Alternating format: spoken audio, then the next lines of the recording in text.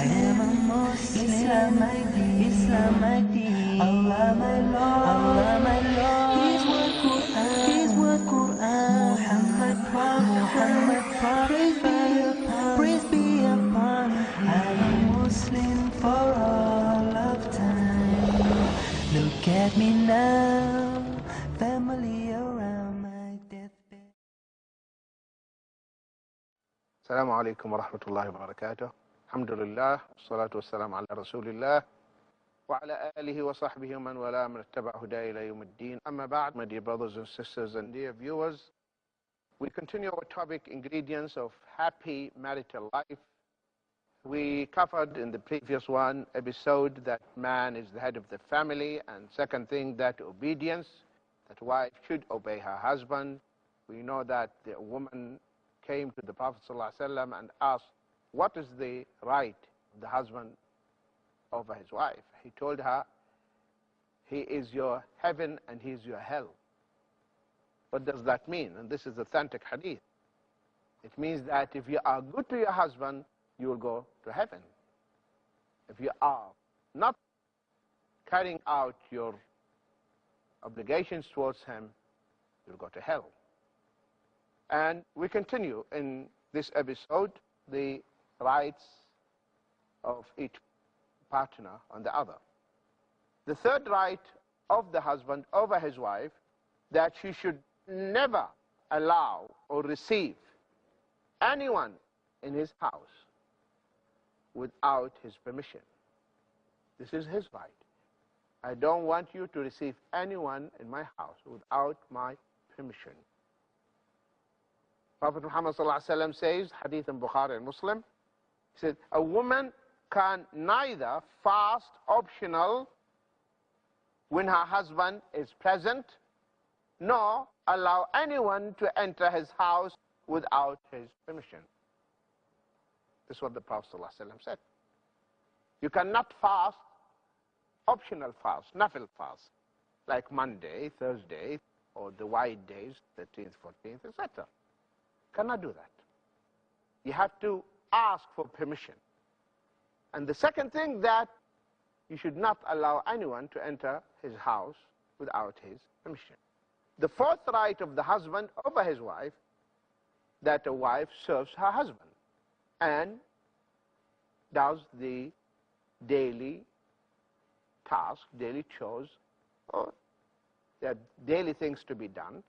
So that's what she should do, because unfortunately, you hear from the people of knowledge and students of knowledge who are telling the woman, no need, it's not your responsibility, or it's not your task or duty to serve your husband.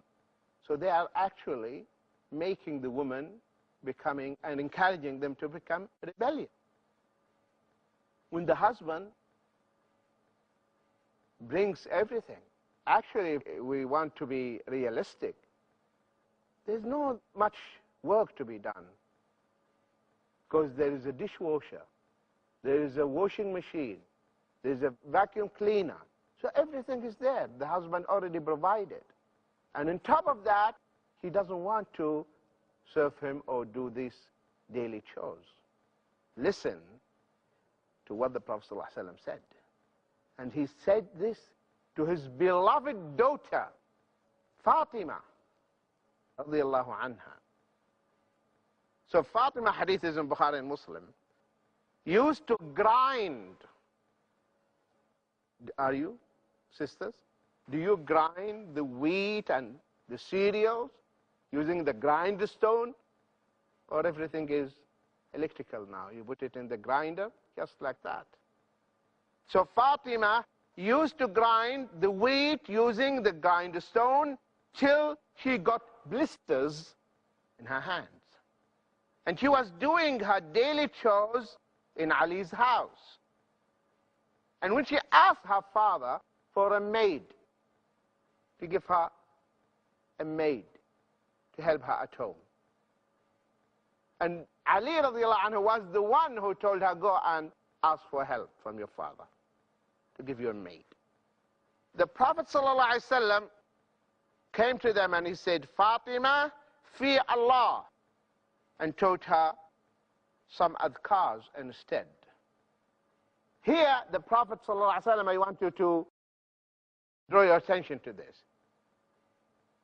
If it was not the duty and the task a woman should do, the Prophet ﷺ would have told Ali, fear Allah, O Ali, fear Allah regarding my daughter.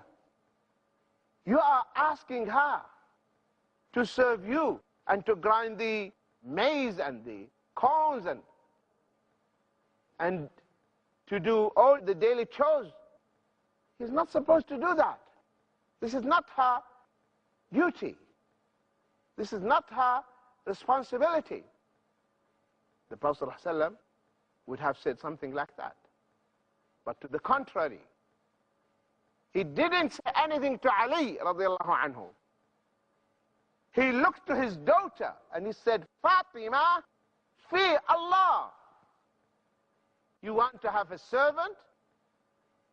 Do your work by yourself. Telling his own daughter, the most beloved one, to him. So it is the right of the husband that his wife serves him. She cooks for him, for her children. And alhamdulillah, this is still in this part of the world, Muslims. See, this is the default. People, they don't argue about it. But the sisters who revert to Islam, and when they read in the books, they say, no, I'm not supposed to cook for you or fix you a cup of tea. You ask her, can I have a cup of tea?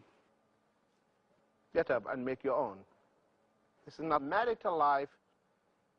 And of course, in that case, you are not going to have happy marital life.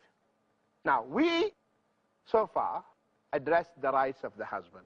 How about the rights of the woman? So, to balance it, everyone has responsibility and has rights and obligations. Wife's rights over her husband. The first right is her mahr. This bridal money you have to give her. And if you married a woman without giving her the mahr, the bridal money, even after the marriage, she still has the right. And she can ask for it. Even if you didn't specify, you didn't say, I'll give you this much. We look and take the average. What is the average? What is the mahr in this particular place, in this country? Muslim women, what's their mahr? This is the mahr, it's the average, so you have to give her that money. This is her right. If you, as a husband, you didn't give her her mahr, you are sinful. And you will be held accountable before Allah subhanahu wa ta'ala. That's her right. Second right a woman has over her husband is the nafaqah, the maintenance, and the accommodation. A woman should have her own house, shelter. Allah says, وَعَلَى الْمَوْلُودِ لَهُ رِزْقُهُنَّ وَكِسْوَتُهُنَّ بِالْمَعْرُوفِ.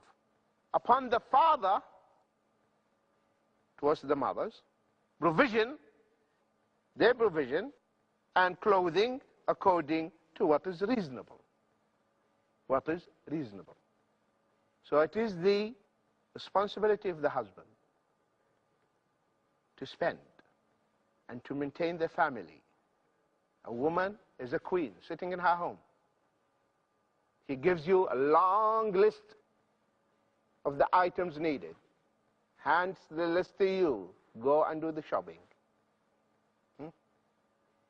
It's the man who will go and do the shopping, not you. You give the command. My dear husband, sweetheart, we need these things. The husband, he is the head of the family. He's the protector. He's the bread gainer. So, he should do that. Because that is your right. The nafaqah, the maintenance. Third right, the kind treatment and mutual respect. kind treatment and mutual respect. May Allah strengthen the relationship between husband's wife and make this mutual respect stronger and stronger. Stay tuned, my dear brothers and sisters. We will be back after the break, inshallah. Let me know, family. Assalamu alaikum wa rahmatullahi wa barakatuh, my dear brothers and sisters and dear viewers. Before the break, we were talking about the third right of the woman over her husband, and that is the kind treatment and mutual respect. Prophet Muhammad said, the best of you are the best for their wives, and I am the best of you for my wives. Indeed, he was. So the best from among us is the best who is treating the one who is best to his wife, treating her nicely, kindly, respecting her. There is a mutual respect, as the Prophet ﷺ. He was the best. The best husband is Muhammad ﷺ. Read his biography. Read what his wives were talking about him. How nice he was to them. He's the typical husband, sallallahu alaihi wasallam. Typical husband. The fourth right of the woman over her husband: fulfillment of the biological needs and fair divisions for those who have more than one wife. The fulfillment of the